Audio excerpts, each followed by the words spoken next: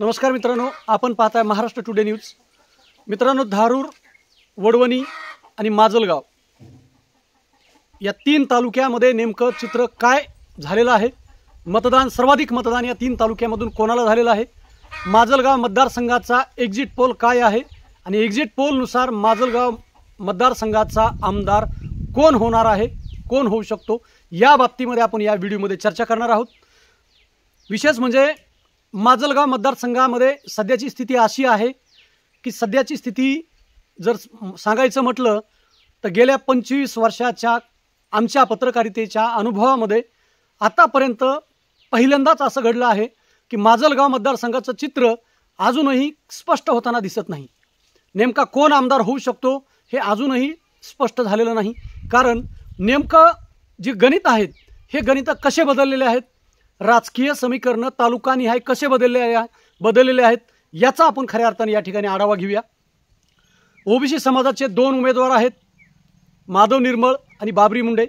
मराठा समाजाचे 3 आहेत, यामध्ये महाविकास आघाडीचे उमेदवार मोहन जगताप आहेत, महायुतीचे उमेदवार प्रकाश सोळंके आहेत, तर अपक्ष निवडणूक लढवणारे रमेश आडसकर सुद्धा मराठा समाजाचं प्रतिनिधित्व करतात। यामध्ये राजकीय गणित जर म्हटलं तर राजकीय गणित असं झालेलं आहे, धारूर तालुक्यामध्ये माधव निर्मळ जास्त चाललेले आहेत, त्याबरोबर धारूर तालुक्यामध्ये माधव निर्मळ, रमेश आडसकर आणि प्रकाश सोळंके या तिघांना मतदान चुरशीचं झालेलं आहे। या तालुक्यामध्ये बाबरी मुंडे यांना कमी मतदान होण्याची शक्यता आहे, तर मोहन जगताप यांना सुद्धा किंवा तुतारीला सुद्धा मतदान कमी झाल्याचा अंदाज आहे। यानंतरचा तालुका वडवणी आहे। वडवणी तालुक्यामध्ये बाबरी मुंडे यांना जास्त मतदान झालेलं आहे किंवा तसा अंदाज आहे। या तालुक्यामध्ये रमेश आडसकरांना 3 नंबरला मतदान झालेलं आहे। 1 नंबर आणि 2 नंबरमध्ये प्रकाश सोळंके आहेत, म्हणजेच बाबरी मुंडे, प्रकाश सोळंके हे जवळजवळ यांना सर्वाधिक मतदान वडवणी तालुक्यातून होताना दिसत आहे, तर रमेश आडसकर यांना 3ऱ्या स्थानावरचं मतदान वडवणी तालुक्यातून झाल्याचा अंदाज आहे। मोहन जगताप यांना बऱ्याचशा बूथवर कमी मतदान असल्याचा अंदाज आहे, तर काही गावामध्ये मोहन जगताप यांचं काही 10-20 मतं किंवा असे छोटे छोटे मतं त्यांना मिळाल्याचा अंदाज आहे। त्यामुळे वडवणी तालुक्यामध्ये मोहन जगताप मायनस जाऊ शकतात, धारूर तालुक्यामधून सुद्धा मोहन जगताप मायनस जाऊ शकतात। ह्या दोन्ही तालुक्यामध्ये मोहन जगताप 2ऱ्या किंवा 3ऱ्या स्थानावर असण्याची दाट शक्यता आहे। एकंदरीत चित्र जर पाहिलं तर वडवणीमध्ये बाबरी मुंडे, प्रकाश सोळंके हे दोघंजण किंवा दोघांनी जास्त मतं घेतल्याचा अंदाज आहे। धारूरमध्ये माधव निर्मळ, प्रकाश सोळंके या दोघांनी जास्त मतं घेतल्याचा अंदाज आहे। 3 नंबरला रमेश आडसकर राहतील असा अंदाज आहे। मोहन जगताप धारूरमध्ये 4थ्या स्थानी राहतील असा अंदाज आहे। त्यानंतर माजलगावचं चित्र काय असेल याबद्दल जर चर्चा केली तर माजलगावचे चित्र, माजलगावच्या काही भागामध्ये रमेश आडसकरांना मतदारांनी सोडलेलं नाही, पण माजलगावचं वैशिष्ट्य असं आहे, प्रकाश सोळंके यांना माजलगावच्या तालुक्यातल्या प्रत्येक बूथवर प्रकाश सोळंके यांना मतदान होताना दिसत आहे। त्यानंतर रमेश आडसकर यांना माजलगाव तालुक्यातल्या प्रत्येक बूथवर मतदान होताना किंवा झालेलं दिसत आहे। त्याबरोबर मोहन जगतापांना सुद्धा मतदान चांगलं झाल्याचं दिसतंय। त्यानंतर प्रकाश सोळंके यांना सुद्धा प्रत्येक बूथवर प्रत्येक गावामध्ये मतदान झाल्याचं दिसतंय, पण माजलगाव तालुक्यामध्ये बाबरी मुंडे आणि माधव निर्मळ यांना फार कमी मतदान झाल्याचं दिसतंय। त्यामुळे हे 2 उमेदवार या ठिकाणी मागे पडलेले आहेत। जर अंदाज सांगायचं म्हटलं तर तिन्ही तालुक्यामध्ये नंबर 1 ला चाललेले आहेत प्रकाश सोळंके। प्रकाश सोळंके यांना जे 393 किंवा 300-350 बूथ जे आहेत, या बूथवरती प्रत्येक बूथवर प्रकाश सोळंके यांना मतदान झाल्याचं दिसतंय। त्याबरोबरच रमेश आडसकर यांना त्यानंतर मतदान झाल्याचं दिसतंय। त्याच्यानंतर मोहन जगताप यांना मतदान झाल्याचं दिसतंय आणि 4थ्या नंबरला धारूर आणि वडवणीच्या टप्प्यामध्ये जास्त मतदान जरी झालं असलं तरी एकूण मतदाराचा किंवा एकूण मतदारसंघाचा अंदाज जर म्हटलं तर माधव निर्मळ मतदान घेण्यामध्ये 4थ्या स्थानी राहू शकतात असा अंदाज आहे।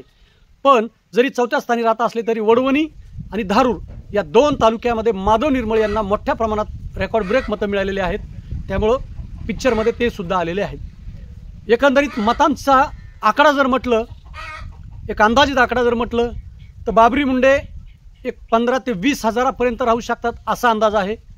माधव निर्मळ धनगर समाजाचं जे काही 25, 30, 35 हजार मतदान आहे म्हणतात, तर 35 हजार मतापैकी 70% मतदान जर धरलं तर एकंदरीत धनगर समाजाचं, वंजारी समाजाचं असं करून एक 40-45 किंवा खूप झालं 50पर्यंत माधव निर्मळ जातील असा अंदाज आहे. त्यानंतर मोहन जगताप हे माजलगाव तालुक्यात त्यांना मतदान मोठ्या प्रमाणात पडलं, ती बी काही भागामध्ये पडलेलं आहे. पण धारूर आणि वडवणी तालुक्यामध्ये त्यांना कमी प्रमाणात मतं मिळालेली आहेत. प्रत्येक बूथवर मतं आहेत त्यांना, पण कमी प्रमाणात मतं मिळाल्याचा अंदाज आहे. त्यामुळं मोहन जगताप हे 31-35 किंवा 40-45 हजारापर्यंत किंवा 50 हजारापर्यंत मोहन जगतापसुद्धा जाऊ शकतात असं म्हटलं जात आहे.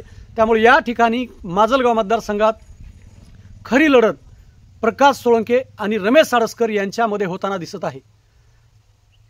प्रकाश सोळंके यांचा दीर्घ अनुभव या निवडणुकीला त्यांच्या कामी आलेला आहे. प्रत्येक बूथवर, प्रत्येक गावात त्यांचे कार्यकर्ते आहेत आणि हक्काचे कार्यकर्ते आहेत. त्यामुळे प्रत्येक बूथवर प्रकाश सोळंके यांना 100-200 सरासरी जरी पकडलं तर 100-200 मतदान त्यांना झालेला अंदाज आहे. रमेश साळसकर यांना तुतारीची उमेदवारी मिळण्याचा अंदाज होता, मात्र त्यांना ती मिळाली नाही.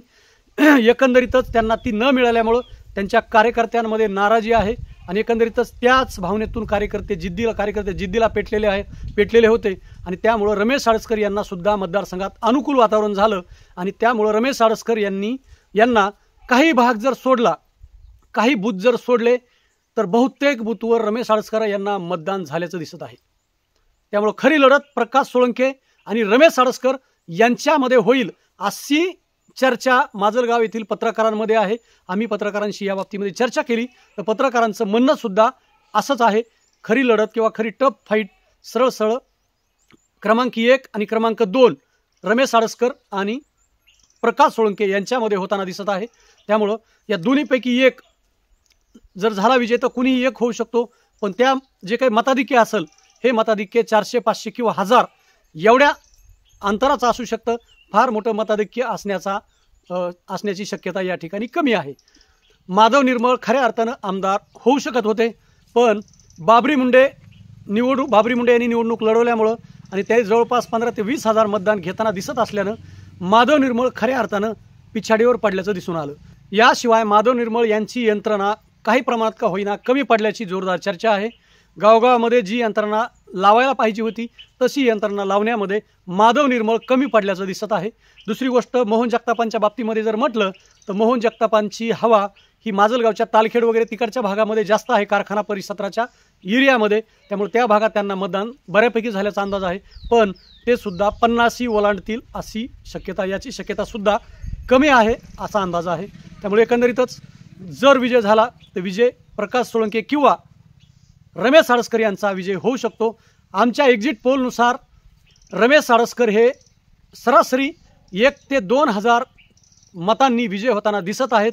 त्यामुळे रमेश साळसकर हे खऱ्या अर्थानं आमच्या एक्झिट पोलनुसार माजलगाव मतदारसंघाचे आमदार होतील असा आमचा अंदाज आहे. आपल्याला याबद्दल काय वाटतं कमेंट बॉक्समध्ये जाऊन व्यक्त व्हा. विषय चांगला वाटला तर कमेंट करा आणि जास्तीत जास्त व्हिडिओ लोकांपर्यंत शेअर करा. आणि चॅनलवर नवीन असाल, आतापर्यंत महाराष्ट्र टुडे चॅनल सबस्क्राईब केलं नसेल तर कृपया महाराष्ट्र टुडे चॅनलला सबस्क्राईब करा. त्यामुळे आमचं बळ वाढतं, आम्हाला उत्साह येतो आणि उत्साह आमचा वाढल्यामुळे आम्ही चांगले व्हिडिओ आपल्यापर्यंत आणू शकतो. चला तर पुन्हा वेगळ्या विषयावर भेटू. तोपर्यंत नमस्कार.